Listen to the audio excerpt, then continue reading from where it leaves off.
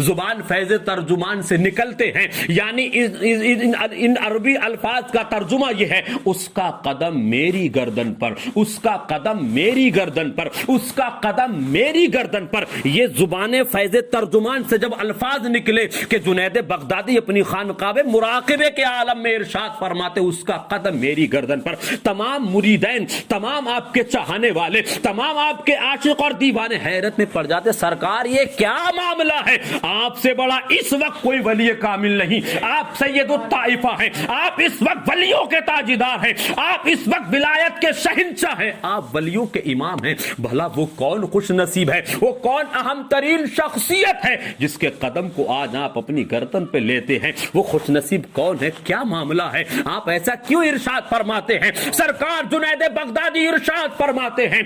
5ویں صدی کے آخری حصے میں شہر جیلان میں ایک لڑکا پیدا ہوگا جس کا نام عبد القادر ہوگا، اور وہ بغداد کی جامع مسجد کے منبر پر بے اذن پروردگار ارشاد فرمائے گا قدمی ھذہ علی رقبتی کل ولی اللہ، میرا یہ قدم تمام اولیاء کاملین کی گردنوں پر ہے۔ لہذا 5ویں صدی کا آخری حصہ مجھ جنید بغدادی کو نہ دیکھنے کو ملے گا، اس سے پہلے 5ویں صدی کے آخری حصے میں 470 ہجری میں عبد القادر نام کا لڑکا پیدا ہوگا، اور وہ اعلان فرمائے گا میں اس اعلان کو آج ہی سماعت کر رہا ہوں اور مجھے وہ وقت نصیب نہ ہوگا، اس لیے اس عبد القادر جیلانی کے ارشاد پر عمل کرتے ہوئے ان کے مقدس اعلان کو سن کر کے ان کے قدم کو میں آج ہی اپنی گردن پر لیے لیتا ہوں۔ اسی لیے سرکار اعلیٰ حضرت فرماتے ہیں واہ کیا مرتبہ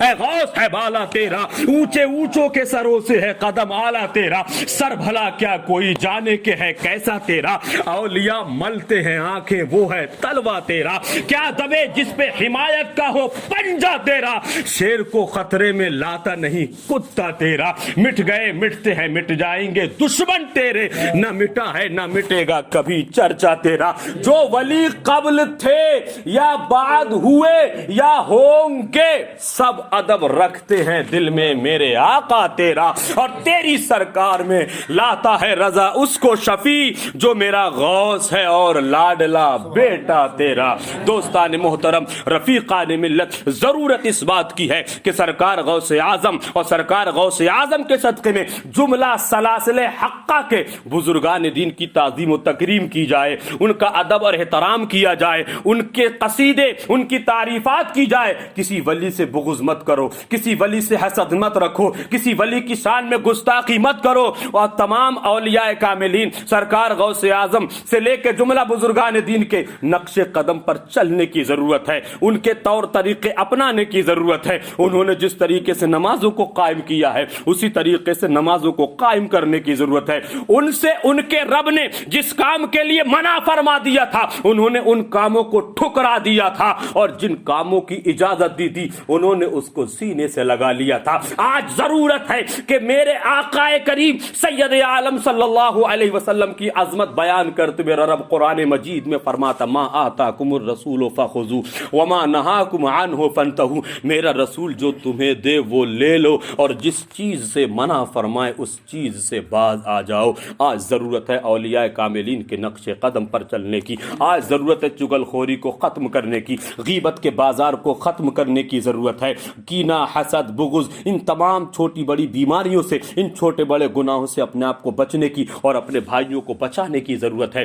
چھوٹوں کے سروں پہ دست شفقت پھیرو، بڑوں کی تعظیم و تکریم کرتے رہو، والدین کی فرما برداری کرتے رہو، اپنی تجارت کے وقت میں، اپنی کھیتی باڑی کے وقت میں، اپنے بزنس کے وقت میں، دنیا کے جو آپ کے امور ہیں اور کام ہیں ان کو بھی کیجئے، لیکن ان کے علاوہ جب میرے رب کی عبادت کا وقت ہو تو رب کی عبادت بھی کرتے رہیے گا۔ جب آپ رب کی عبادت کریں گے تو انشاءاللہ رب کی عبادت کرنے کا نتیجہ یہ نکلے گا کہ آپ کی تجارت میں بھی برکتیں ہوں گی، دکان میں بھی برکتیں ہوں گی، مکان میں بھی برکتیں ہوں گی، کھیت و کھلیان میں بھی برکتیں ہوں گی، اور مصطفیٰ کا اخلاق لے کے، غوث اعظم کا کردار لے کے اپنی بستی سے جب نکلو گے تو لوگ آپ اپنا اخلاق ایسا بناؤ، اپنا کردار ایسا بناؤ کہ لوگ تمہارے اخلاق اور